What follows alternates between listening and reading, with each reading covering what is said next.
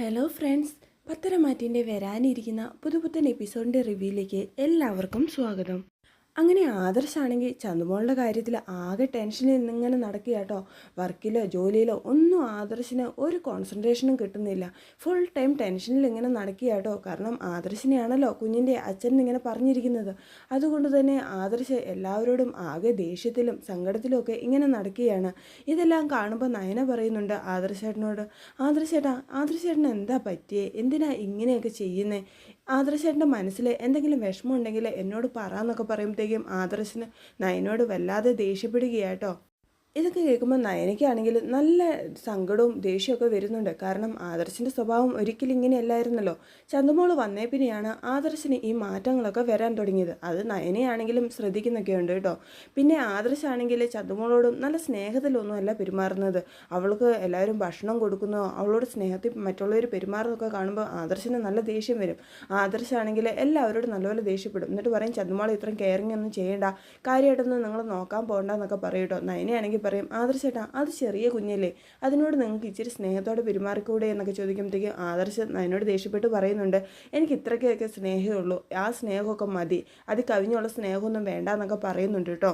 ഇതൊക്കെ കേൾക്കുമ്പോൾ ചന്തുമോക്കാണേലും നല്ല വിഷമമൊക്കെ ആകുന്നുണ്ട്. പിന്നെ അബിയാണെങ്കിൽ ആദർശിനെ എപ്പോഴും ബ്ലാക്ക് മെയിൽ ചെയ്തുകൊണ്ടിരിക്കുകയാണ്. കാരണം അബിയുടെ കുഞ്ഞല്ലെന്നുള്ള ചിന്തയിലാണല്ലോ ആദർശിരിക്കുന്നത്. ആദർശേട്ടൻ്റെ കുഞ്ഞിനെ ഞാൻ ഏറ്റെടുക്കേണ്ടി വന്നു, അതുകൊണ്ട് എനിക്ക് ഒരുപാട് വിഷമവും സങ്കടവുമാണ്. ഞാൻ എല്ലാവരോടും എന്തു പറയും, എല്ലാവരുടെയും മുന്നിൽ എൻ്റെ അഭിമാനമാണ് പോയത്, അത് എന്നൊക്കെ പറഞ്ഞ് ഞാൻ എന്നിട്ടും ആദർശേട്ടന് വേണ്ടിയാണ് ഇങ്ങനെയൊക്കെ ചെയ്യുന്നത് എന്നൊക്കെ പറയുമ്പോഴത്തേക്കും ആദർശിന് ഇതൊക്കെ കേൾക്കുമ്പോൾ നല്ല സങ്കടമാകുന്നുണ്ട് കേട്ടോ. എന്നാലും അബിയോട് ആദർശ് ഒന്നും പറയാതെ അബി ചെയ്തത് നല്ല കാര്യമാണല്ലോ എന്നൊക്കെ ഓർത്ത് ആദർശം ആകെ സങ്കടത്തിൽ ഇങ്ങനെ നിൽക്കുകയാണ്. അങ്ങനെ നവ്യയും കുഞ്ഞും വീട്ടിലെത്തിച്ചേരുന്നുണ്ട് കേട്ടോ. നവ്യയ്ക്കാണെങ്കിൽ ചന്തുമോളോട് ആദ്യമൊക്കെ ഭയങ്കര ദേഷ്യമൊക്കെ ഉണ്ടായിരുന്നു. കാരണം പുറത്തുനിന്ന് വന്ന കുട്ടിയാണല്ലോ, തൻ്റെ മോളെക്കാട്ടിലും തൻ്റെ കുഞ്ഞിനെക്കാട്ടിലും കൂടുതൽ ആ മോളെ സ്നേഹിക്കുകയോ എല്ലാവർക്കും ആ കുട്ടിയോടായിരിക്കോ ഇഷ്ടം എന്നൊക്കെ തോന്നിയിരുന്നുവെങ്കിലും നവ്യയ്ക്ക് പിന്നെ ആ കുഞ്ഞിനോട് യാതൊരു കുഴപ്പവും ഉണ്ടായില്ല കേട്ടോ. അങ്ങനെ നവ്യയാണെങ്കിലും ചന്തുമോളോട് നല്ല സ്നേഹത്തിലൊക്കെ പെരുമാറാൻ തുടങ്ങി. ഇതൊക്കെ കാണുമ്പോൾ അബിക്ക് നല്ല ദേഷ്യം വരുന്നുണ്ട് കേട്ടോ. കാരണം അബി വിചാരിച്ചത് നവ്യ വന്നു കഴിയുമ്പോഴത്തേക്കും ആ കുട്ടിയെ പുറത്താക്കാനുള്ള എന്തെങ്കിലും ഒരു മാർഗമൊക്കെ നോക്കുന്നതാണ്. പക്ഷെ നവ്യ അതൊന്നും ചെയ്തില്ല കേട്ടോ. അങ്ങനെ അഭി തന്നെ തീരുമാനിക്കുകയാണ്, എങ്ങനെയെങ്കിലും ഈ കുഞ്ഞിൻ്റെ അച്ഛൻ ആദർശമാണെന്ന് ഉറപ്പ് വരുത്തണം, അല്ലെങ്കിൽ ഇത് ലാസ്റ്റ് തൻ്റെ തലയിൽ തന്നെ വന്ന് വീഴും, അതുകൊണ്ട് അതൊരിക്കലും നടക്കാൻ പാടില്ല എന്നൊക്കെ ഇങ്ങനെ ചിന്തിക്കുക കേട്ടോ.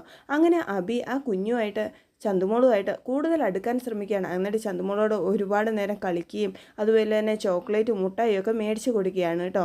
അങ്ങനെ ചോക്ലേറ്റ് മുട്ടായിയൊക്കെ മേടിച്ച് കൊടുത്തിട്ട് ചന്തുമോളോട് പറയുന്നുണ്ട്, മോളുടെ അച്ഛൻ ആരാണെന്ന് അറിയോ എന്നൊക്കെ ചോദിക്കുന്നുണ്ട് കേട്ടോ. അപ്പോൾ ആ കുട്ടിയാണെങ്കിൽ ഇല്ല അറിയില്ല, എൻ്റെ അച്ഛൻ ആരാണെന്നൊക്കെ ചോദിക്കുമ്പോൾ മോളുടെ അച്ഛന് ആദർശാണെന്ന് പറയുക കേട്ടോ. എന്നിട്ട് പറയുന്നുണ്ട്, ഇനി ആര് ചോദിച്ചാലും ആദർശിൻ്റെ പേരേ പറയാവുള്ളൂ എന്നൊക്കെ പറയുന്നുണ്ട് കേട്ടോ. അപ്പം ഇതൊക്കെ കേൾക്കുമ്പോൾ മോൾ എല്ലാം തലയാട്ടുന്നൊക്കെ ഉണ്ട്. കാരണം മോളുടെ വിചാരം അത് ആദർശാണ് ചന്തുമോളുടെ അച്ഛൻ എന്നുള്ള ചിന്തയിലാട്ടോ ചന്തുമോൾ ഇരിക്കുന്നത്. അങ്ങനെ അബി ഇതൊക്കെ ഇങ്ങനെയൊക്കെ പറഞ്ഞിട്ട് അവിടെ നിന്ന് പോവുകയാണ്. അതിനുശേഷം നയനയും ദേവയാനിയൊക്കെ വന്നിട്ട് ചന്തുമോളുടെ അടുത്ത് ഇരിക്കുക കേട്ടോ. എന്നിട്ട് ചന്തുമോളെ കളിപ്പിക്കുകയൊക്കെ ചെയ്യുക. ആ സമയത്ത് ചന്തുമോൾ പറയുന്നുണ്ട്, എനിക്ക് എൻ്റെ അച്ഛനെ കാണണം എന്നൊക്കെ പറയുന്നുണ്ട് കേട്ടോ. ഇതൊക്കെ കേൾക്കുമ്പോൾ നയനയാണെങ്കിലും ദേവയാനിയാണെങ്കിലും ഒന്ന് ഞെട്ടുകയാണ്. നയനയാണെങ്കിൽ ചന്തുമോളോട് ചോദിക്കുന്നുണ്ട്, മോളുടെ അച്ഛനെ മോൾക്ക് അറിയോ എന്നൊക്കെ ചോദിക്കുന്നുണ്ട് കേട്ടോ. അപ്പം ചന്തുമോൾ പറയുന്നുണ്ട്, എനിക്കറിയാം, എൻ്റെ അച്ഛനെ എനിക്കറിയാം. അപ്പം മോളുടെ അച്ഛൻ ആരാന്നൊക്കെ നയന ചോദിക്കുമ്പോൾ ചന്തുമോൾ മറുപടി പറയുകയാണ്, എൻ്റെ അച്ഛൻ ആദർശാണ് എൻ്റെ അച്ഛൻ, എനിക്കത് അറിയാം എന്നൊക്കെ ഇങ്ങനെ പറയുക കേട്ടോ. ഇതൊക്കെ കേൾക്കുമ്പോഴേക്കും ദേവയാനിയും നയനയും മൊത്തത്തിൽ ഞെട്ടുകയാട്ടോ. എന്നിട്ട് എന്ത് ചെയ്യണമെന്നറിയാതെ ഇങ്ങനെ നിൽക്കുകയാണ്. നയനയാണെങ്കിൽ കരയുകയും ചെയ്യുക. എന്നിട്ട് നയന മുത്തശ്ശൻ്റെ അടുത്തും എല്ലാവരുടെയും അടുത്തും പോയിട്ട് പറയുന്നുണ്ട്, എനിക്കെല്ലാം മനസ്സിലായി, ഈ ആദർശേട്ടൻ്റെ ദേഷ്യവും ചന്തുമോൾ വന്നപ്പോഴാണ് ആദർശേട്ടന് ഇത്രയും ദേഷ്യവും വിഷമവും ഒക്കെ തുടങ്ങിയത്. എനിക്ക് കാര്യങ്ങളെല്ലാം മനസ്സിലായി, ഇനി ഞാനിവിടെ നിൽക്കുന്നതിൽ ഒരു അർത്ഥവും ഇല്ല എന്നൊക്കെ പറഞ്ഞുകൊണ്ട് പൊട്ടിക്കരയുകയാട്ടോ. അപ്പോൾ അബിയാണെങ്കിൽ ഒന്നും അറിയാത്ത മട്ടിൽ ചന്തുമോളോട് ചോദിക്കുന്നുണ്ട്, ചന്തുമോളെ നിനക്ക് എങ്ങനെയാണ് ആദർശാണ് മോളുടെ അച്ഛനെന്ന് മനസ്സിലായെന്നൊക്കെ ചോദിക്കുമ്പോൾ അമ്മ പറഞ്ഞു, അമ്മ അച്ഛൻ്റെ ഫോട്ടോയായിട്ട് അവിടെ അമ്മയുടെ കൂടെ വെച്ചേക്കുന്നത് ആദർശിൻ്റെ ഫോട്ടോയാണ് എന്നൊക്കെ പറയുക കേട്ടോ. ഇതൊക്കെ അബി നേരത്തെ ചന്തുമോളെ പറഞ്ഞ് പഠിപ്പിച്ച് വെച്ചിട്ട് ഫോട്ടോയൊക്കെ ഇതൊക്കെ കാണിച്ചു കൊടുത്താണ്. അങ്ങനെയാണ് മനസ്സിലാകുന്നത് ചന്തുമോൾക്ക് ആദർശാണ് അച്ഛൻ എന്നൊക്കെ. അപ്പോൾ അമ്മ പറഞ്ഞു തന്നിട്ടുണ്ട്, അമ്മയാണ് ഇങ്ങനെ ഫോട്ടോയൊക്കെ വെച്ചതെന്നൊക്കെ പറയുന്നത് കേൾക്കുമ്പോഴത്തേക്കും എല്ലാവരും മൊത്തത്തിൽ ഇങ്ങനെ ഞെട്ടുകയാണ്. മുത്തശ്ശനാണെങ്കിൽ ഒന്നും പറയാൻ പറ്റാതെ ഇങ്ങനെ നിൽക്കുകയാട്ടോ. ഈ സമയത്ത് ആദർശവും അവിടെ കയറി വരുന്നുണ്ട്. അപ്പോൾ ആദർശനോട് നയന പറയുന്നുണ്ട്, എനിക്ക് എല്ലാ കാര്യങ്ങളും മനസ്സിലായി. നിങ്ങൾ തന്നെയാണല്ലേ ചന്തുമോളുടെ അച്ഛൻ. എന്നിട്ട് നിങ്ങൾ ഇത്രയും കാലം അത് എന്നോട് നിന്നും മറച്ചു വെക്കുകയായിരുന്നല്ലേ. ശരിക്കും ഈ കുട്ടിയുടെ അമ്മേനെ നിങ്ങളല്ലേ പറ്റിച്ചത്. ഇങ്ങനെ ഈ കുട്ടിയുടെ അമ്മയുടെ അവസ്ഥ ഇങ്ങനെയാകാൻ കാരണം നിങ്ങളാണല്ലേ എന്നൊക്കെ പറഞ്ഞുകൊണ്ട് ആദർശിൻ്റെ കോളറെ പിടിച്ചുകൊണ്ട് നയന വല്ലാതെ കരയുകയാട്ടോ. ആദർശാണെങ്കിൽ ഒന്നും മിണ്ടാൻ പറ്റാതെ ആകെ നിസ്സഹായ അവസ്ഥയിൽ ഇങ്ങനെ നിൽക്കുകയാട്ടോ. അപ്പോൾ നയന വീണ്ടും പറയുന്നുണ്ട്, നിങ്ങളെന്താ ഒന്നും മിണ്ടാത്തെ? നിങ്ങൾ തന്നെയല്ലേ പറയുന്നത് ഒരു കാര്യങ്ങളും മറച്ചു വെക്കരുതെന്നൊക്കെ. എന്നിട്ട് നിങ്ങൾ എന്തിനാണ് എന്നോട് ഈ കാര്യങ്ങളെല്ലാം മറച്ചു വെച്ചത്? അപ്പോൾ നിങ്ങളുടെ ഭാഗത്ത് തെറ്റുള്ളത് കൊണ്ടല്ലേ നിങ്ങൾ ഈ കാര്യങ്ങളെല്ലാം മറച്ചു വെച്ചത്. അതുകൊണ്ടല്ലേ നിങ്ങളൊന്നും മിണ്ടാത്തത്. ഇനി ഞാൻ ഒരിക്കലും ഇവിടെ നിൽക്കുകയില്ല. നിങ്ങൾ ആ കുഞ്ഞിൻ്റെ അമ്മയും കൂടെ ഇവിടെ ജീവിക്കുക. ഞാൻ എന്തായാലും ഇവിടെ നിൽക്കില്ല. എന്തായാലും ആ കുഞ്ഞിൻ്റെ അമ്മയുടെ കൂടെ നിങ്ങളാണ് ജീവിക്കാൻ അവകാശി. ഞാൻ ഇവിടെ ആരുമല്ല. എന്തായാലും ഞാനിവിടെ നിൽക്കില്ല എന്നൊക്കെ പറഞ്ഞിട്ട് ഞാൻ ഇവിടുന്ന് പോവുകയാണെന്നൊക്കെ നയന പറയുക കേട്ടോ. അങ്ങനെ നയന ബാഗും ഒക്കെ എടുത്തുകൊണ്ട് അവിടെ നിന്ന് പോവുകയാട്ടോ. ആദർശാണെങ്കിൽ നയനേനെ വിളിക്കുന്നൊക്കെ ഉണ്ട്. പക്ഷെ നയന അതൊന്നും കേൾക്കുന്നില്ല. പിന്നെ ദേവയാനി ആണെങ്കിലും ബാക്കിയുള്ളവരൊക്കെ ആണെങ്കിലും നയന നിൽക്കുമോളെ കാര്യങ്ങളെല്ലാം നമുക്ക് പരിഹരിക്കാമെന്നൊക്കെ പറയുന്നുണ്ടെങ്കിലും ഇല്ല, ഞാൻ ഇനി ഒരിക്കലും ഇവിടെ നിൽക്കില്ല. ഞാൻ ഈ വീടിന് ഒരു അർഹതപ്പെട്ടുള്ളൂ അല്ല എന്നൊക്കെ പറഞ്ഞുകൊണ്ട് അവിടെ നിന്ന് ഇറങ്ങി പോവുകയാട്ടോ. അങ്ങനെ നയന ഇറങ്ങി പോകുന്നത് കണ്ട് എല്ലാവരും ആകെ സങ്കടത്തിൽ ഇങ്ങനെ നിൽക്കുകയാട്ടോ. ദേവയാനിയാണെങ്കിൽ ആദർശനോട് പറയുന്നുണ്ട്, എനിക്ക് ഒരു കാര്യവും അറിയേണ്ട ആവശ്യമില്ല. നീ എൻ്റെ മോളെ ഇവിടെ കൂട്ടിക്കൊണ്ട് വന്നേ പറ്റുകയുള്ളൂ. നീ തന്നെയല്ലേ ഈ തെറ്റെല്ലാം ചെയ്തത്. ഇനി എൻ്റെ മോൾ ഇവിടെ വരാതെ എനിക്ക് ഒരു സമാധാനവും ഉണ്ടാകില്ല. നീ എൻ്റെ മോളെ പോയി കൂട്ടിക്കൊണ്ട് വാ, മോളുടെ പുറകെ പോകുന്നൊക്കെ പറയുന്നുണ്ട് കേട്ടോ. ഇത് കേട്ട ആദർശാണെങ്കിൽ ആകെ ടെൻഷനിൽ നയനയുടെ പുറകെ പോവുകയാണ്. അങ്ങനെ നയനയുടെ പുറകെ വരുന്ന ആദർശിനെ കണ്ട നയനയാണെങ്കിൽ ഇനി മേലെ നിങ്ങൾ എൻ്റെ കൂടെ വരേണ്ട ആവശ്യമില്ല, ഞാൻ എൻ്റെ വീട്ടിലോട്ട് പോവുകയാണെന്നൊക്കെ പറഞ്ഞുകൊണ്ട് വേഗം ഓട്ടോറിക്ഷയ്ക്ക് കയറി അവിടെ നിന്ന് പോവുകയാട്ടോ. അങ്ങനെ വീട്ടിലെത്തിച്ചേരുന്ന നയനയാണെങ്കിൽ കനകേനെ കെട്ടിപ്പിടിച്ച് കരയുകയാട്ടോ. അപ്പം കനകയ്ക്കും ഗോവിന്ദനും ഒന്നും മനസ്സിലാകാതെ ആകെ അന്താളിച്ച് നിൽക്കുകയാണ്. ഗോവിന്ദനാണെങ്കിൽ നല്ല ടെൻഷനും ആകുന്നുണ്ട്. കനകയാണെങ്കിൽ എന്നിട്ട് നയനോട് ചോദിക്കുന്നുണ്ട്, മോളെ നിനക്ക് എന്താ പറ്റിയേ? നീ എന്തിനെങ്ങനെ കരയുന്നേ? നീ ആദർശമായിട്ട് പിണങ്ങിയിട്ടാണോ വന്നേ? അത് ആദർശം നിന്നെ എന്തെങ്കിലും പറഞ്ഞോ എന്നൊക്കെ ചോദിക്കുമ്പോൾ നമ്മുടെ നയനയാണെങ്കിൽ ഒന്നും മിണ്ടാതെ വീണ്ടും വീണ്ടും ഇങ്ങനെ പൊട്ടി കരയുകയാട്ടോ. എന്നിട്ട് നയനയാണെങ്കിൽ കരഞ്ഞുകൊണ്ട് കനികയോടും ഗോവിന്ദനോടും പറയുന്നുണ്ട്, അച്ഛാ അമ്മേ, ഇനി ഞാൻ എപ്പോഴും നിങ്ങളോട് കൂടി ഉണ്ടായിരിക്കും. ഇനി ഞാൻ നിങ്ങളെ വിട്ടിട്ട് ഒരു സ്ഥലത്തോട്ടും പോകുന്നില്ല. എനിക്കിനി എവിടെയും പോകുകയും വേണ്ട. ഞാൻ ജീവിതകാലം മൊത്തം നിങ്ങളോട് കൂടി ജീവിക്കാനാണ് ആഗ്രഹിക്കുന്നതെന്നൊക്കെ പറയുക കേട്ടോ. ഇതൊക്കെ കേൾക്കുമ്പോഴേക്കും അവർ രണ്ടുപേരും ആണെങ്കിൽ ആകെ ടെൻഷനിൽ ഇങ്ങനെ നിൽക്കുകയാണ്. എന്നിട്ട് മോൾക്ക് എന്താ പറ്റിയെന്നൊക്കെ ചോദിക്കുന്നുണ്ട് കേട്ടോ. ഇല്ല, എനിക്കൊരു കുഴപ്പമില്ല, എന്നെ ആദർശേട്ടൻ പറ്റിച്ചു എന്നൊക്കെ പറഞ്ഞുകൊണ്ട് വീണ്ടും വീണ്ടും കരയുകയാണ്. അങ്ങനെ നമ്മുടെ നയനയാണെങ്കിൽ അവിടെ തന്നെ ഇങ്ങനെ നിൽക്കുക കേട്ടോ. അങ്ങനെ ആദർശ് കനകയുടെ ഫോണിലോട്ടൊക്കെ വിളിക്കുന്നുണ്ട് കേട്ടോ. എന്നിട്ട് കനകയുടെ നയനെ അവിടെ എത്തിയെന്നൊക്കെ ചോദിക്കുന്നുണ്ട്. അപ്പോൾ എത്തിയെന്നൊക്കെ പറയുന്നുണ്ട്. അപ്പോൾ കനക ചോദിക്കുന്നുണ്ട്, മോനെ എന്താ പ്രശ്നം? എന്തിനാ നയനമോൾ ഇവിടെ വന്നിട്ട് ഫുൾ ടൈം കരച്ചിലാണ്, ഇതുവരെ ഭക്ഷണം പോലും കഴിച്ചിട്ടില്ല. മോനെ എന്താ പ്രശ്നം എന്നൊക്കെ ചോദിക്കുമ്പോൾ ആദർശാണെങ്കിലും ഒന്നും മിണ്ടാതെ ഫോൺ കട്ട് ചെയ്യുക കേട്ടോ. ഇതൊക്കെ കാണുമ്പോഴത്തേക്കും ഗോവിന്ദന് നല്ല ടെൻഷൻ ആകുന്നുണ്ട്. അങ്ങനെ ഗോവിന്ദൻ ഇങ്ങനെ കസേരയിൽ പോയി ഇരിക്കുക കേട്ടോ. അങ്ങനെ ഗോവിന്ദനാണെങ്കിൽ നെഞ്ചിന് വേദന ഉണ്ടാകുക കേട്ടോ. ഇത് കാണുന്ന കനകയും നയനയും ആകെ സങ്കടത്തിലും വിഷമത്തിലും ആകുകയാണ്. എന്നിട്ട് കനകയും നയനയും കൂടി ചേർന്നിട്ട് ഗോവിന്ദനെ ഹോസ്പിറ്റലിൽ ആക്കുകയും ചെയ്യുന്നുണ്ട്. അതിനുശേഷം കനക നയനയോട് പറയുന്നുണ്ട്, മോള് കാരണമാണ് അച്ഛന് ഇങ്ങനെ ഒരു പ്രശ്നം ഉണ്ടായത്. എപ്പോഴും മോളെക്കുറിച്ചുള്ള ചിന്ത മാത്രമേ ഉള്ളൂ അച്ഛന്. ഇപ്പോൾ മോളുടെ ജീവിതം നല്ല രീതിയിൽ ജീവിക്കുന്നത് കാണുമ്പോൾ അച്ഛന് ഒരുപാട് സന്തോഷവും ആകുന്നുണ്ടായിരുന്നു. അതുകൊണ്ട് ഇപ്പോൾ നെഞ്ചുവേദന അങ്ങനത്തെ അസ്വസ്ഥതകളോ ഒന്നും അച്ഛനും ഉണ്ടായിരുന്നില്ല.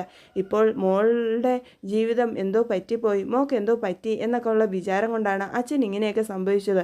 ഇനി മോളുടെ ജീവിതം നല്ല രീതിയിൽ മുന്നോട്ട് പോയാലേ അച്ഛൻ്റെ ജീവിതത്തിൽ ഒരു സമാധാനം ഉണ്ടാകുകയുള്ളൂ എന്നൊക്കെ കനക പറയുന്നത് കേൾക്കുമ്പോൾ എനിക്ക് ആകെ ടെൻഷൻ ആകുന്നുണ്ട് കേട്ടോ. അങ്ങനെ ഡോക്ടർ കുഴപ്പമൊന്നുമില്ല എന്ന് പറഞ്ഞതിൻ്റെ പേരിൽ ഗോവിന്ദനെയും കൂട്ടിക്കൊണ്ട് അവർ ഡിസ്ചാർജ് ആയിട്ട് തിരിച്ച് വീട്ടിലോട്ട് എത്തിച്ചേരുന്നുണ്ട് കേട്ടോ.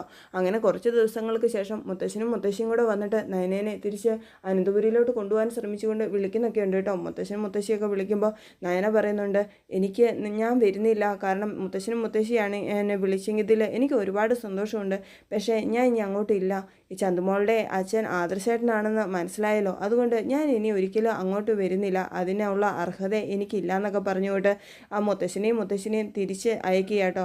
മുത്തശ്ശനും മുത്തശ്ശിയാണെങ്കിലും ഒരുപാട് സങ്കടത്തോട് തന്നെ തിരിച്ച് അനന്തപുരിയിലോട്ട് പോവുകയാണ്. പിന്നീട് ദേവയാനിയാണെങ്കിൽ നമ്മുടെ നയനേനെ വിളിച്ചിട്ട് നയനോട് പറയുന്നുണ്ട്, മോളെ നീ ഇങ്ങോട്ട് വാ, മോളില്ലാതെ എനിക്കൊരിക്കലും ഇവിടെ നിൽക്കാൻ പോലും പറ്റുന്നില്ല, എനിക്ക് എന്തോ ഒരു ശ്വാസം മുട്ടൽ പോലെയാണ് തോന്നുന്നത്, മോളെ ഇങ്ങ് വാ എന്നൊക്കെ പറയുമ്പോഴും ഇല്ല അമ്മേ, ഞാൻ ഇനി ഒരിക്കലും അങ്ങോട്ട് വരികയില്ല. ആദർശേട്ടന് എല്ലാ കാര്യങ്ങളും എന്നിൽ നിന്ന് മറച്ചു വയ്ക്കുകയൊക്കെ ചെയ്തില്ലേ, ആ കുഞ്ഞിൻ്റെ യഥാർത്ഥ അച്ഛൻ ആദർശേട്ടനാണെന്ന് എനിക്ക് മനസ്സിലാക്കുകയും ചെയ്തു. ഇനി ഞാൻ ഒരിക്കലും അവിടെ ഇല്ല അമ്മയെന്നൊക്കെ പറയുന്നുണ്ട് കേട്ടോ. ഇതൊക്കെ കേൾക്കുമ്പോൾ ദേവയാനിക്കാണെങ്കിൽ നല്ല സങ്കടവും ദേഷ്യമൊക്കെ വരുന്നുണ്ട് കേട്ടോ. അങ്ങനെ ദേവയാനിയാണെങ്കിലും ഫോൺ വെച്ചതിന് ശേഷം ആദർശിൻ്റെ അടുത്ത് പോയിട്ട് ആദർശിനെ ഒരുപാട് തല്ലുകയും അതുപോലെ തന്നെ ഒരുപാട് കുറ്റപ്പെടുത്തുകയൊക്കെ ചെയ്യുന്നുണ്ട് കേട്ടോ. എന്നിട്ട് പറയുന്നുണ്ട്, നീ ഒറ്റ ഒരാൾ കാരണമാണ് എൻ്റെ മോളെ എനിക്ക് നഷ്ടപ്പെട്ടത്, നീ എന്നോട് ഇങ്ങനെ ചെയ്യുമെന്ന് ഒരിക്കലും പ്രതീക്ഷിച്ചില്ല, നീ എങ്ങനെയും പോയി എൻ്റെ മോളെ കൂട്ടിക്കൊണ്ട് പോകാമെന്നൊക്കെ പറയുന്നുണ്ട് കേട്ടോ. ഇതൊക്കെ കേൾക്കുമ്പോൾ ആദർശിനാണെങ്കിൽ നല്ല സങ്കടം ആകുന്നുണ്ട്. ആദർശാണെങ്കിൽ നയനേനെ ഫോണൊക്കെ വിളിക്കുന്നുണ്ട് കേട്ടോ. നയനയാണെങ്കിൽ ആദർശിൻ്റെ ഫോൺ അറ്റൻഡ് ചെയ്യുകയോ ആദർശിനോട് സംസാരിക്കുകയോ ചെയ്യുന്നില്ല. അതൊക്കെ കാണുമ്പോഴേക്കും ആദർശാണെങ്കിൽ ഒരുപാട് സങ്കടത്തോടെ ഇങ്ങനെ ഇരിക്കുക കേട്ടോ. പിന്നീട് ദേവയാനിയാണെങ്കിൽ നമ്മുടെ ആ നയനയുടെ അടുത്തോട്ട് പോകുന്നുണ്ട് കേട്ടോ. എന്നിട്ട് നയനയുടെ അടുത്ത് ചെന്നിട്ട് നയനോട് പറയുന്നുണ്ട്, മോളെ നീ എന്തായാലും എൻ്റെ കൂടെ വന്നേ പറ്റുള്ളൂ, എന്തായാലും നമുക്കിതിൻ്റെ സത്യങ്ങളെല്ലാം വെളിച്ചത്ത് കൊണ്ടുവന്നേ പറ്റുള്ളൂ, എന്തായാലും മോൾക്ക് ഉറപ്പുണ്ടോ ആദർശാണ് ആ കുട്ടിയുടെ അച്ഛന്? അപ്പോൾ നയന പറയുന്നുണ്ട്, എനിക്ക് ഉറപ്പൊന്നുമില്ല, പക്ഷേ ആദർശേട്ടന് എല്ലാ കാര്യങ്ങളും എന്നോട് മറച്ചു വെച്ചില്ലേ എന്നൊക്കെ പറയുമ്പം മോൾക്ക് ഉറപ്പൊന്നുമില്ലല്ലോ, പിന്നെ എന്തിനാണ് മോൾ ഇവിടെ തന്നെ നിൽക്കുന്നത്? എന്തായാലും നമുക്കിതിൻ്റെ സത്യങ്ങളെല്ലാം പുറത്ത് കൊണ്ടുവന്നല്ലേ പറ്റുള്ളൂ, അതുകൊണ്ട് മോൾ ആ വീട്ടിൽ തന്നെ വേണം, അതുകൊണ്ട് മോൾ എന്തായാലും എൻ്റെ കൂടെ വന്നേ പറ്റുള്ളൂ എന്നൊക്കെ പറയുന്നുണ്ട് കേട്ടോ. അങ്ങനെ ദേവയാനി ഇങ്ങനെയൊക്കെ പറയുമ്പോൾ നയനയ്ക്കൊന്നും മിണ്ടാൻ പറ്റാതെയാകുകയാണ്. അങ്ങനെ ദേവയാനിയുടെ വാക്ക് ധിക്കരിക്കാൻ നയനയ്ക്ക് ആകുന്നുമില്ല. അങ്ങനെ ദേവയാനിയുടെ വാക്ക് പ്രകാരം നയന തിരിച്ച് അനന്തപുരിയിലോട്ട് പോവുകയാട്ടോ. അങ്ങനെ തിരിച്ച് അനന്തപുരിയിൽ നയന എത്തുന്നത് കാണുമ്പോൾ ആദർശിന് ഒരുപാട് സന്തോഷമാകുന്നുണ്ട് കേട്ടോ. ആദർശാണെങ്കിൽ നയനയുടെ അടുത്ത് പോയിട്ട് സംസാരിക്കാനൊക്കെ ശ്രമിക്കുമ്പോൾ നയന അവിടുന്ന് ഒഴിഞ്ഞു മാറുകയാണ്. നയനയോട് പോയിട്ട് ഓരോ കാര്യങ്ങൾ പറയാനും ഒക്കെ ചെല്ലുമ്പോഴും നയന ആദർശിനെ കാണുന്ന പാടെ അവിടുന്ന് ഒഴിഞ്ഞു മാറി നിൽക്കുക കേട്ടോ. പിന്നെ അതുപോലെ തന്നെ ആദർശിന് ഭക്ഷണം എടുത്തു കൊടുക്കാനൊന്നും നയന പോകാറുമില്ല. പിന്നെ ചന്തുമോളോട് എന്തായാലും നയനയ്ക്ക് നല്ല സ്നേഹമാട്ടോ. ആദർശാണ് കുഞ്ഞിൻ്റെ അച്ഛൻ എന്നൊക്കെ ഉള്ളൊരു തോന്നലുണ്ടെങ്കിൽ പോലും ചന്തുമോളെ നല്ല സ്നേഹത്തോട് തന്നെയാട്ടോ നമ്മുടെ നയന നോക്കുന്നത്. അങ്ങനെ അനാമികയും ജലജയാണെങ്കിൽ മുത്തശ്ശൻ്റെയൊക്കെ അടുത്ത് പോയിട്ട് ഭയങ്കര ഒച്ചപ്പാടൊക്കെ ഉണ്ടാക്കുന്നുണ്ട് കേട്ടോ. കാരണം ചന്തുമോളുടെ അച്ഛൻ ആദർശാണെന്ന് എല്ലാവരുടെ മുന്നിൽ ബോധ്യപ്പെട്ടല്ലോ. അപ്പം ഇനി ആദർശ് ആ മാനേജറുടെ സ്ഥാനത്തിൽ ജ്വല്ലറിയിൽ നിൽക്കുന്നതിൽ യാതൊരു അർത്ഥമില്ല. തെറ്റ് ചെയ്തവർ എന്തായാലും പുറത്തു പോകണമല്ലോ, അതാണല്ലോ നിയമം, അങ്ങനെയാണല്ലോ അബീനെയും പുറത്താക്കിയത്. അതുകൊണ്ട് ഇനി ആദർശിനും ആ നിയമങ്ങളൊക്കെ ബാധകമാണെന്നൊക്കെ പറഞ്ഞുകൊണ്ട് ജലജയൊക്കെ നല്ലപോലെ പറയുന്നുണ്ട് കേട്ടോ. ഇതൊക്കെ കേൾക്കുമ്പോൾ മുത്തശ്ശനാണെങ്കിലും ഇങ്ങനെ ഒന്നും മിണ്ടാൻ പറ്റാതെ ഇങ്ങനെ നിൽക്കുകയാണ്. കാരണം മുത്തശ്ശൻ അറിയാം ആദർശല്ല കുഞ്ഞിൻ്റെ അച്ഛന്, എന്നാലും മുത്തശ്ശനൊന്നും മിണ്ടാനാകാതെ ഇങ്ങനെ നിൽക്കുക കേട്ടോ.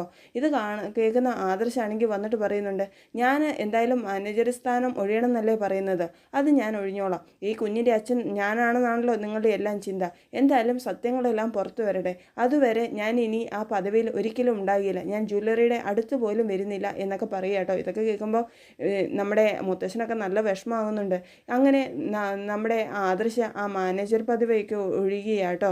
ഇത് കേൾക്കുന്ന അബിക്കും ജലജയ്ക്കും അനാമികയ്ക്കൊക്കെ ഒരുപാട് സന്തോഷമാകുകയാട്ടോ. അബിയാണെങ്കിൽ ഇനി അടുത്ത സ്ഥാനം തനിക്കേ ലഭിക്കുകയുള്ളൂ എന്നുള്ള ചിന്തയിലൊക്കെ ഇങ്ങനെ സന്തോഷിച്ച് നിൽക്കുകയാണ്. അപ്പോൾ മുത്തശ്ശൻ ഒരു തീരുമാനത്തിലെത്തുകയാണ്.